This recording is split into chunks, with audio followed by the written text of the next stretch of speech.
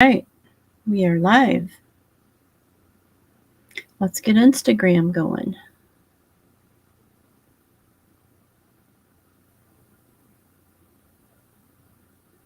All right, everybody's live.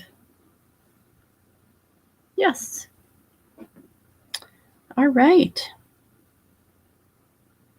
Welcome, YouTube. Welcome, Facebook. Welcome, Instagram. And welcome, Twitter. And welcome, LinkedIn. I think we've got everybody that I'm on, pretty much. So, I hope everybody had a good couple weeks. I was off for Memorial Day. We were so busy that day that we just didn't have time to do it properly, and I didn't want to skimp on my time with reading. So we might do a little bit more reading tonight if my voice will hang on to that, and do okay with it. I've got my hot tea, so I should be good to go. And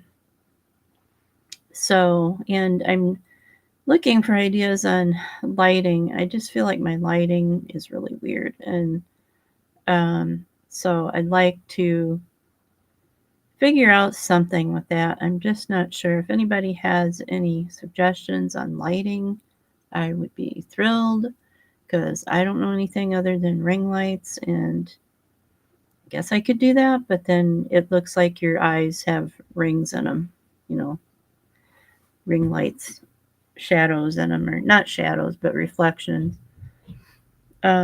Excuse me, I got to sneeze. Oh, excuse me. Whew. Anyway, so I'm kind of looking at that, and we are looking at our summer, and I've got a lot of things going on this summer. I have things that I need to do at my library job, and I have things I need to be doing here. So this is really a great time for me to just stop and do something enjoyable, because, and I do enjoy my job, but it's just, it gets a little hectic sometimes. And I've had several big appraisals to do lately, and then to top it all off, I've had to realize that I need to probably get my certification, which up until now you don't really need to have. It's just that you need to have the experience, which I have 13 plus years experience in appraising. But I'm probably going to need to go get my certification, which both costs time and money. So, which I'm not against. I really actually would like to, but it's just like I don't know how I'm going to fit it in, since I'm just, pretty much a sole proprietorship. I do have some help at the library now, with a friend of mine that helps, and she does a wonderful job. She's actually awesome. But I don't know, I'm finding myself short of time, and so I'm going to have to do something about that. So, yeah, that's what's going on. But things are going gangbusters in the store. There's lots of sales, and there's lots of things, coming in and going out, and lots of people interested in the things that we're posting and listing and stuff. So that's all good. Everything's actually really good. It's just finding time, I guess, like anything else. You have to find time for stuff. So I would like to get going here with the summer reading. I really don't have any sales planned right now, like promotion wise. I do send out coupons if you guys like things. I do have the ability to do that. So in the eBay store, I don't I think I do in Biblio, but I'm not exactly sure how to do that over there. And I am still on Abe in a small way, but I am on Abe still yet. So Abe Books. If for those that don't know what that is, I need to remember some people don't know what those things are. Um, so um, other than that, I'm just trying to, this time of year I try to purchase books for to get ready for Christmas, and I'm listing, trying to get the store bulked up to be able to, be ready for quarter 4. And honestly, like lately, I've just had so many people purchasing that I haven't been able to replenish like I'd like to. But I am going to estate sales to find authors that I don't have and that kind of thing. So that I'm low on, so I always try to fill holes with, the different authors, the classics and all that, and try to make sure that I have things that people are looking for. So that's what I do in the summer. And then this summer has been a time where I'm um, reorganizing some stuff at the library and the materials there that are that I'm still working on, which is still quite a bit. I mean, there's still a lot there. So, um, and I've been at that since 2011. There just was so much, was, 3 floors of stuff, um, essentially, that I had to start with. Um, so I've gotten it down to 1, which is kind of amazing, actually. Um, but there's still a lot there. So, and there's still a little bit left in the attic, even. So, I have to keep going with it. Um, so tonight, I'm reading from Death on the Nile by Agatha Christie. I did get as far as, I think I got to page 16, which looks like I guess it's chapter 4. They have it in these weird little sections, and they're only like 2 pages long. So I'm not really sure if each chapter is divided. It should say that in the index, shouldn't it? But it doesn't. It just says part 1 and part 2.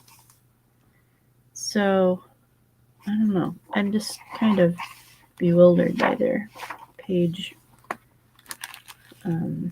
dividing here. So I'm just going to go ahead and start in on page 16. We haven't gotten very far in the story. We're still talking about Lynette, who is, if you know the story, she's the beautiful blonde that,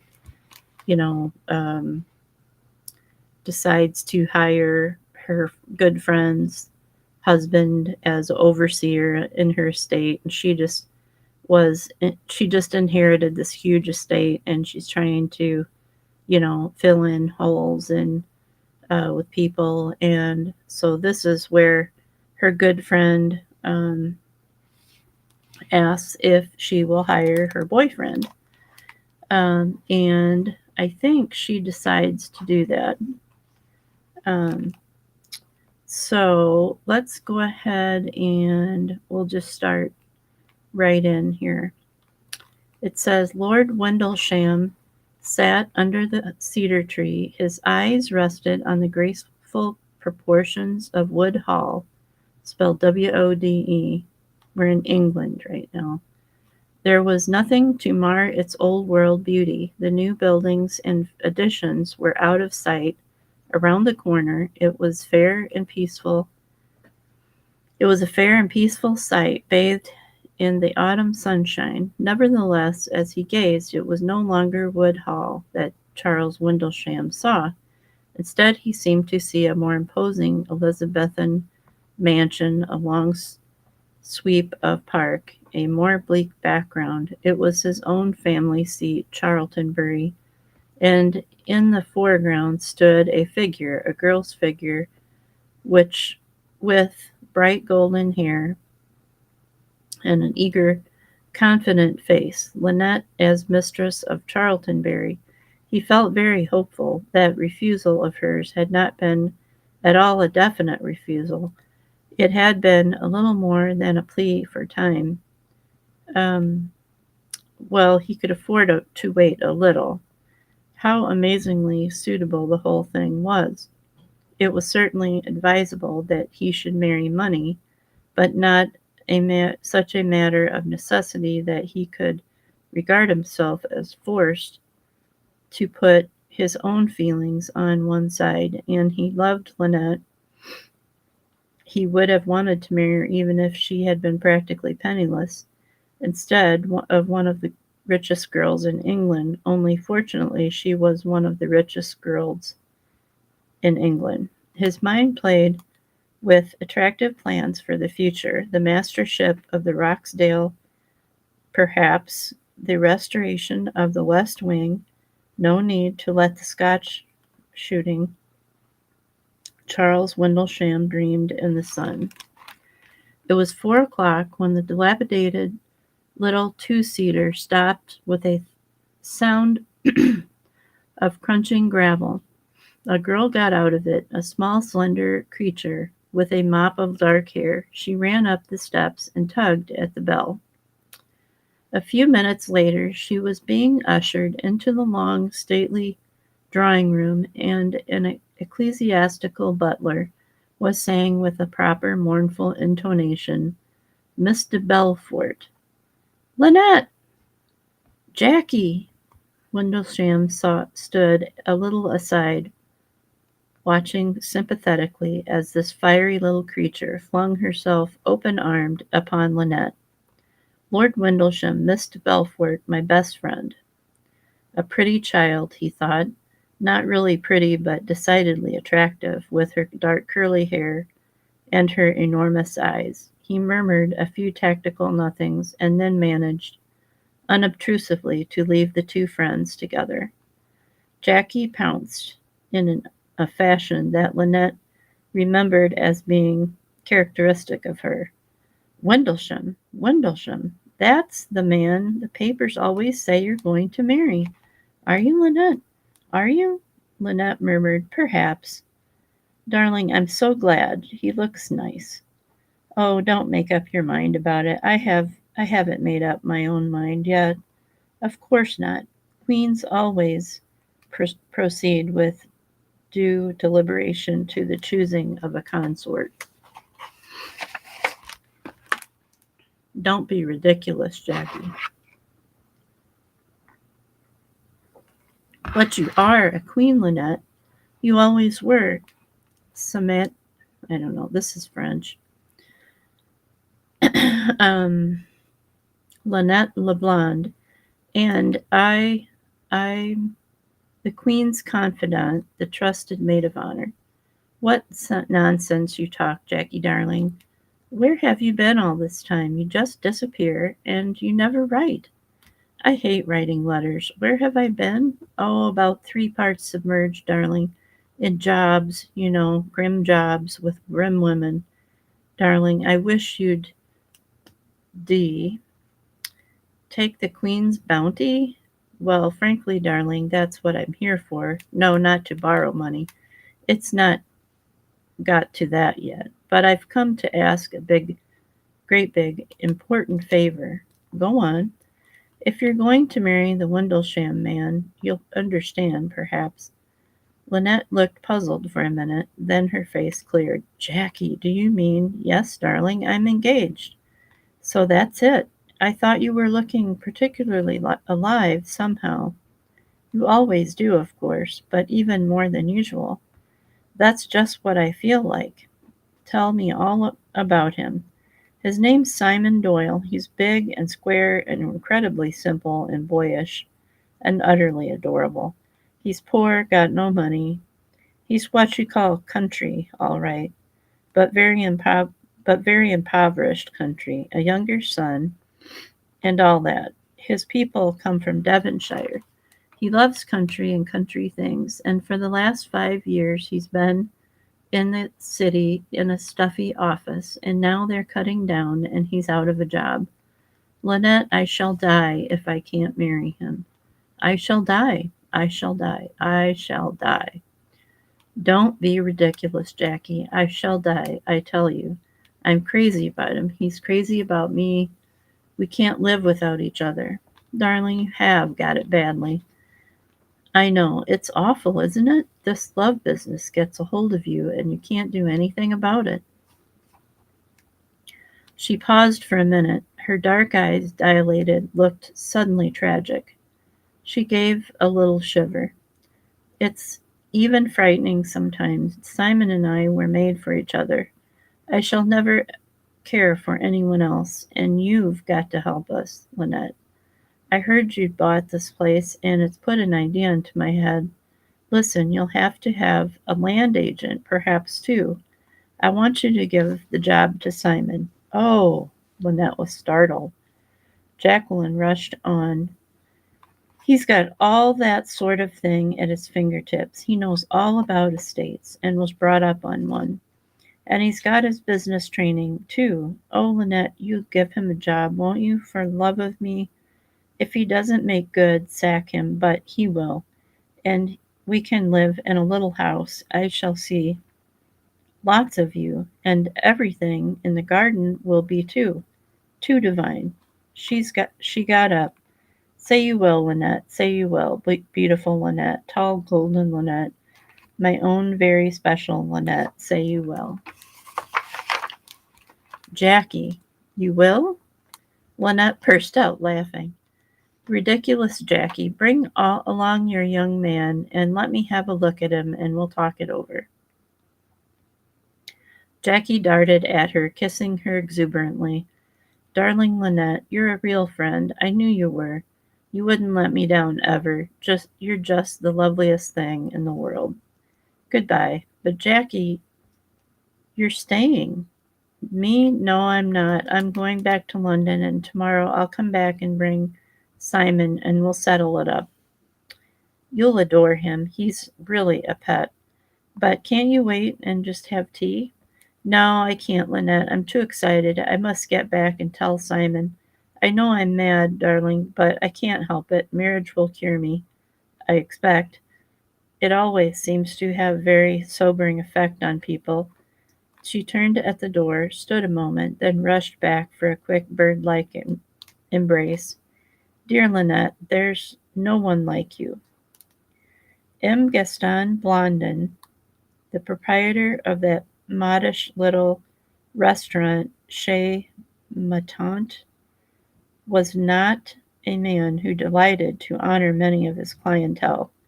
The rich, beautiful, the notorious, and the well-born might wait in vain to be signaled out and paid special attention. Only in the rarest cases did M. Blondin, with gracious condescension, greet a guest, accompany him to a privileged table, and exchange with him suitable and apposite remarks.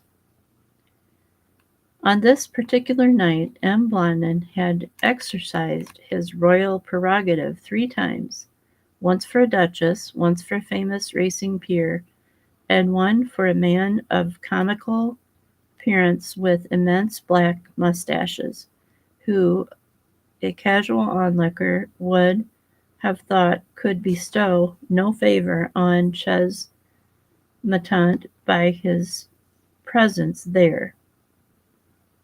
M. Blondin, however, was positively fulsome in his attentions. Though clients had been told of the last half-hour that a table was not to be had, one now mysteriously appeared, placed in a most favourable position. M. Blondin conducted the client to it with every appearance of empressement. But naturally for you there is always a table, Monsieur Perrault. How do you say that? Monsieur? Monsieur? Something like that. Perrault. How I wish you would honor us more often. Hercule Poirot, Poirot smiled, remembering that past incidents wherein a dead body, a waiter, and Blondin, and a very lovely lady had played a part. "You are too amiable, Monsieur Blondin." Monsieur? I'm not sure, he said. "And you are alone, Monsieur Perrault." "Yes, I am alone." "Oh well, Jules, here will compose for you a little meal that will be a poem, positively a poem. Women, however charming, have this disadvantage. They distract the mind from food. You will enjoy your dinner, I promise you that. Now, as to wine." A technical conversion ensued, Jules, the maitre d' assisting. Before departing, M. Blondin lingered a moment, lowering his voice confidentially.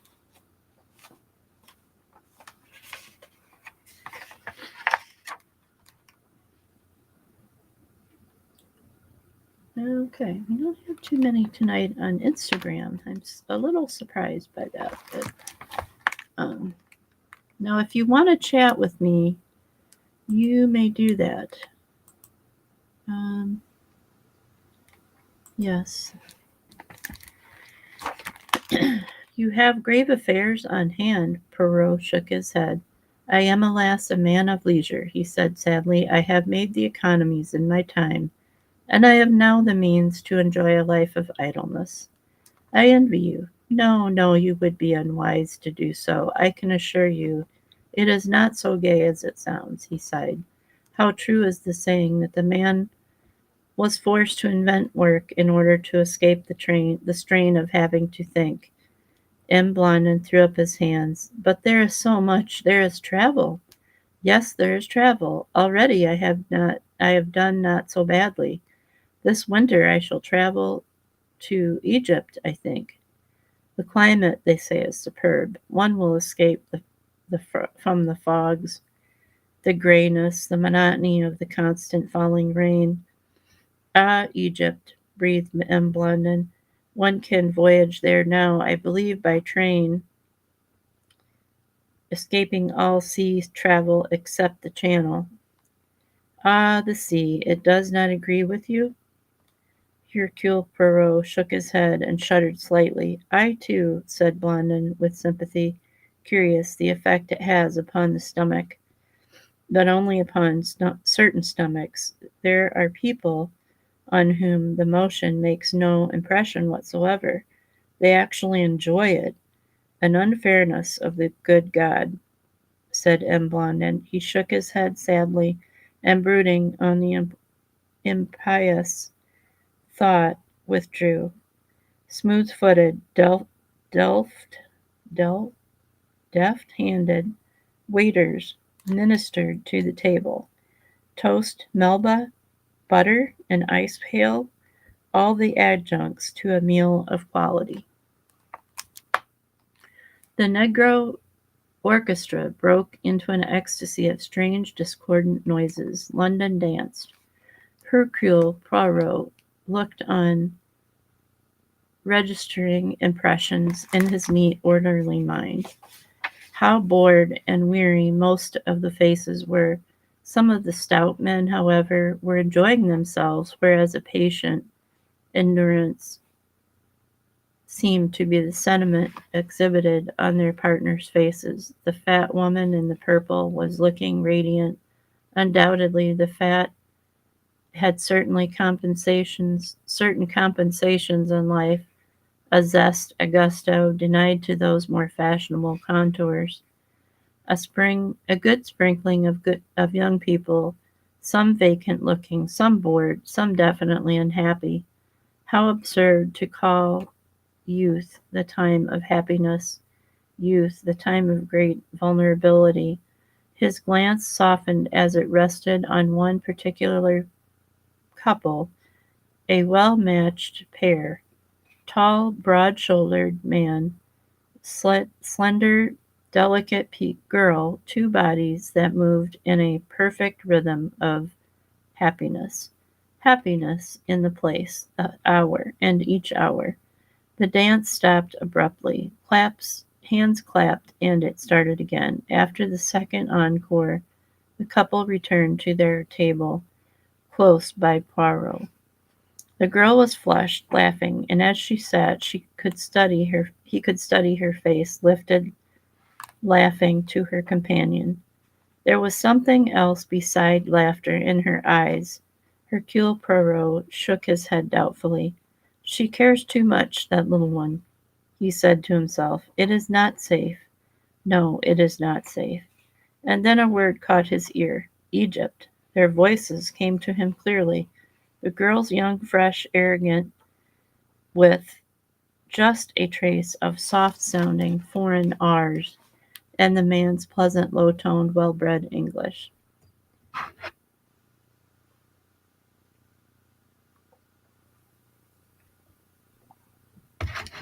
I'm not counting my chickens before they're hatched, Simon. I tell you, Lynette won't let us down. I might let her down. Nonsense, it's just the right job for you. As a matter of fact, I think it is. I haven't really any doubts as to my capability, and I mean to make good for your sake. The girl laughed softly, a laugh of pure happiness. We'll wait 3 months to make sure you don't get the sack, and then I'll endow thee with my worldly goods. That's the hang of it, right? And as I say, we'll go to Egypt for our honeymoon. Damn the expense. I've always wanted to go to Egypt all my life. The Nile and the pyramids and the sand. He said, his voice slightly indistinct. We'll see it together, Jackie, together. Won't it be marvelous? I wonder, will it be marvelous to you as it is to me? Do you really care as much as I do? Her voice was suddenly sharp, her eyes dilated, almost with fear. The man's answer came quickly crisp. Don't be absurd, Jackie. But the girl repeated, I wonder. Then she shrugged her shoulders. Let's dance. Hercule Poirot murmured to himself in French, yes, I wonder too. Joanna Southwood said, and I suppose he's a terrible tough. Lynette shook her head. Oh, he won't be. I can trust Jacqueline's taste. Joanna murmured, ah, but people don't run true to form in love affairs. Lynette shook her head impatiently, then she changed the subject. I must go and see Mr. Pierce about those plans. Plans? Yes, some dreadfully unsanitary old cottages. I'm having them pulled down and the people moved. How sanitary and public-spirited of you, darling. They'd have to go anyway. Those cottages would have overlooked my new swimming pool.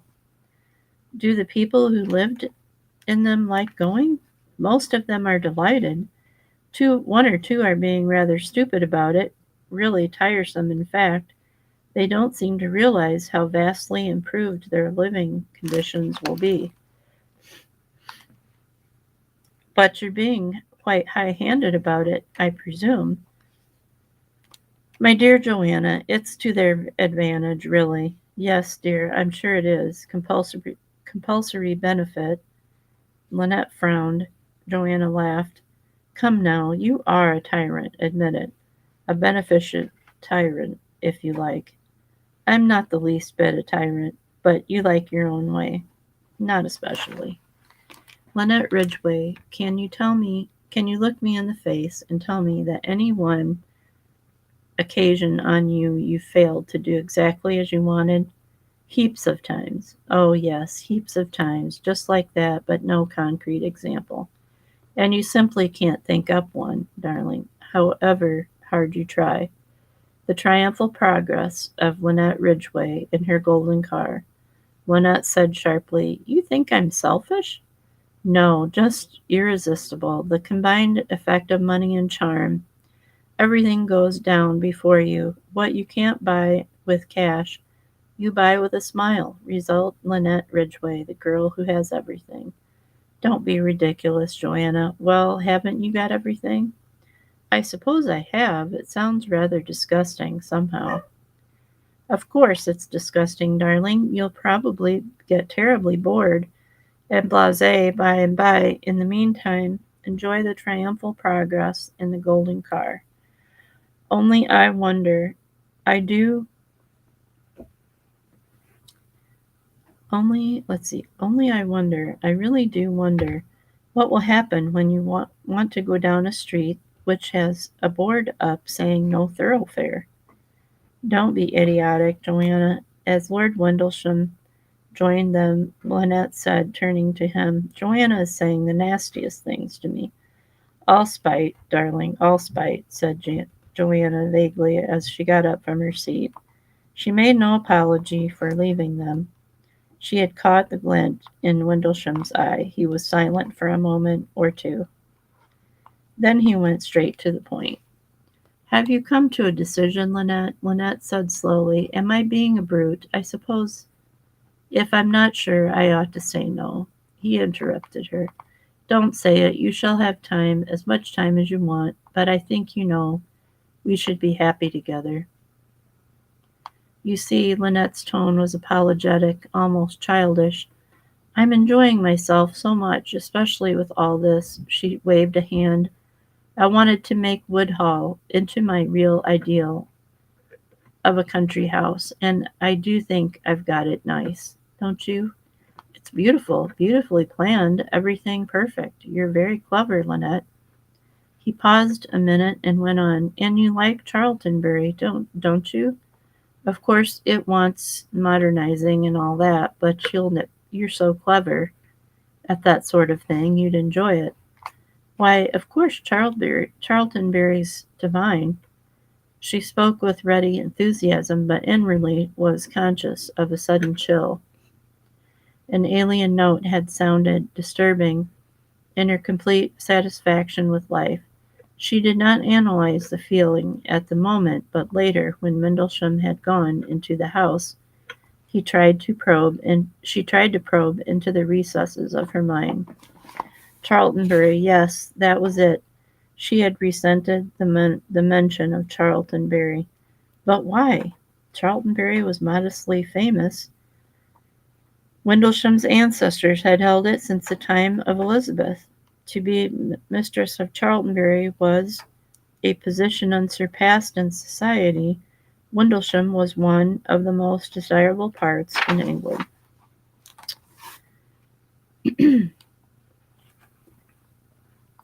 Naturally, he couldn't take Wood seriously. It was not in any way to be compared with Charltonbury. Ah, but Wood was hers, and she had seen it, acquired it, rebuilt and redressed it, lavished money on it. It was her own possession, her kingdom.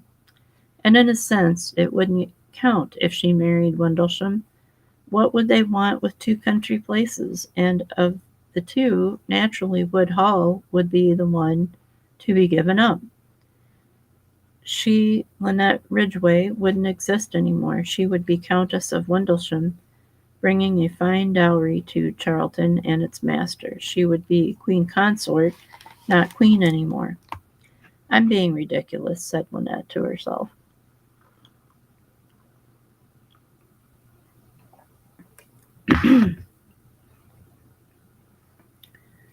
But it was curious how she did hate the idea of abandoning Wood, and wasn't there something else nagging at her? Jackie's voice, with her queer, blurred note in it, saying, I shall die if I can't marry him. I shall die, I shall die. So positive, so earnest. Did she, Lynette, feel like that about Windlesham? Assuredly she did not. Perhaps she would never feel like that about anyone. It must be rather wonderful to feel like that. The sound of a car came through the open window. Lynette shook herself impatiently. That must be Jackie and her young man. She'd go out and meet them. She was standing in the open doorway as Jacqueline and Simon Doyle got out of the car. Lynette! Jackie ran to her. This is Simon. Simon, this is Lynette. She's just the most wonderful person in the world. Lynette saw a tall, broad-shouldered,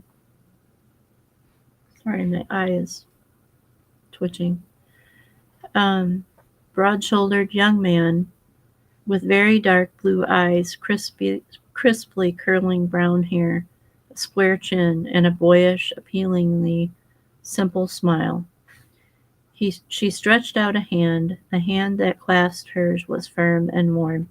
She liked the way she looked at her, the naive, genuine admiration. Jackie had told him she was wonderful, and he clearly thought she was wonderful.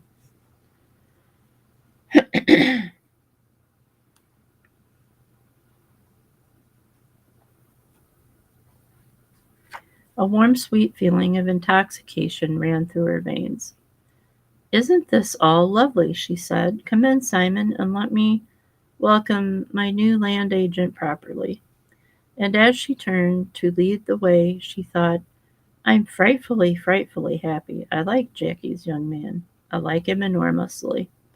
And then with a sudden pang, lucky Jackie. And I think we'll leave it there because it gets a little bit, it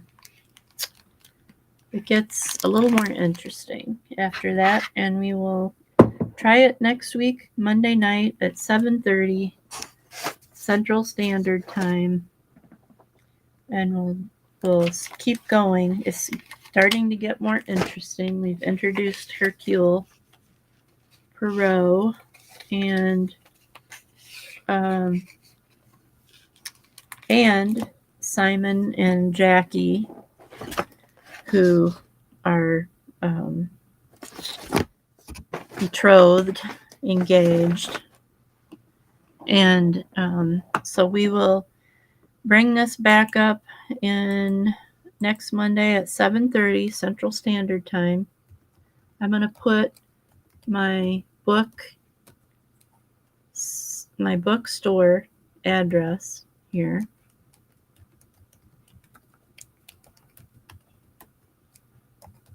Okay. And I will also put my estate finds store on here. I'm going to get the address for you guys. There are books in there too. They're not antique, but there are some Bibles, and there are some really nice historical DVDs, mostly about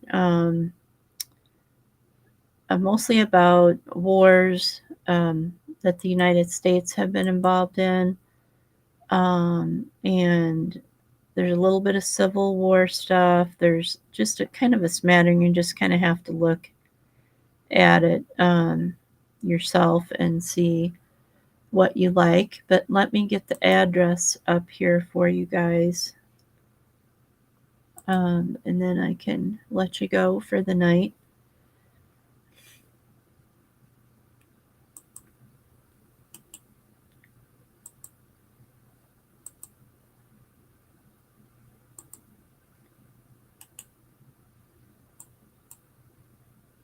Okay, there you go.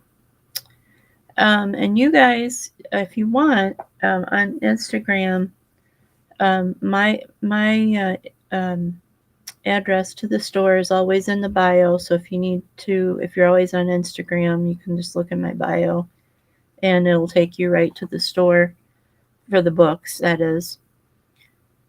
And if you need to see the other address, I don't have room for that in the bio, so you'll probably have to just go to eBay and search, rare and antiquarian estate finds. It's the same thing, it's just estate finds instead of bookbinders. So, so with that, I'm going to let you guys go for the night. Have a great week, and we will see you next Monday at 7:30 Central Standard. All right. Have a great week. Bye.